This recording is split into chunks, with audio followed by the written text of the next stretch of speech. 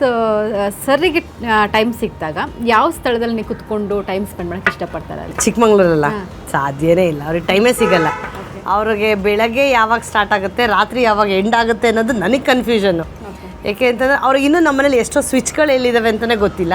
ಮತ್ತು ಅವ್ರೇನು ಮಧ್ಯಾಹ್ನ ನಿದ್ದೆ ಮಾಡಬೇಕು ಅನ್ನೋ ಕಾನ್ಸೆಪ್ಟು ಇಲ್ಲ. ಒಂದು 10 ನಿಮಿಷ ಸೋಫಾ ಮೇಲೆ ಬಾಡಿ ಸ್ಟ್ರೈನ್ ಆದಾಗ ರೆಸ್ಟ್ ಬೇಕು ಅಂದಾಗ ಸೋಫಾ ಮೇಲೆ ನಿದ್ದೆ ಮಾಡ್ತಾರೆ ಬಿಟ್ಟರೆ ಆ ಥರ ಟೈಮೇ ಸಿಗಲ್ಲ ಅವ್ರಿಗೆ. ಮನೆಯ ಹೆಸರೇನಿಟ್ಟಿದ್ದೀರಾ? ದೇವದತ್ತ ನಿಲಯ. ಆ ಹೆಸರು ಯಾಕೆ ಚೂಸ್ ಮಾಡಿ? ಅವ್ರು ಸ್ವಲ್ಪ ದತ್ತಂದು ಇದು, ಸೊ ಹಾಗಾಗಿ ದೇವದತ್ತ ನಿಲಯ ಅಂತ. ಸರ್ ನಿಮ್ಮನ್ನ ಪ್ರೀತಿಯಿಂದ ಏನಂತ ಕರೀತಾರೆ? ಪ್ರೀತಿಯಿಂದ ಏನಿಲ್ಲ, ಪಲ್ಲು ಅಂತಲೇ ಕರೆದು. ಮೋಸ್ಟ್ ಆಫ್ ದ ಟೈಮು ಅಕ್ಕ ಎಲ್ಲಿ, ನನ್ನ ಮಕ್ಕಳು ಬಂದರೆ ಅಮ್ಮ ಎಲ್ಲಿ,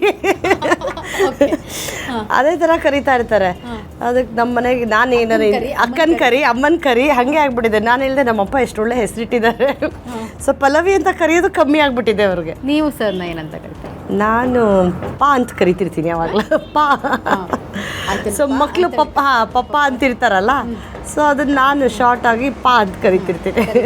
ಎಲ್ಲ ವಿಷಯದಲ್ಲೂ ಹಾಗೆ ಕರೆಯೋದು. ಊಟಕ್ಕೆ ಬನ್ನಿ ಪಾ, ನೀವು ಹೊರಟ್ರಾ, ಎಷ್ಟೊತ್ತಿಗೆ ರೀಚ್ ಆದ್ರಿ, ಹಂಗೆ ಎಲ್ಲದಕ್ಕೂ.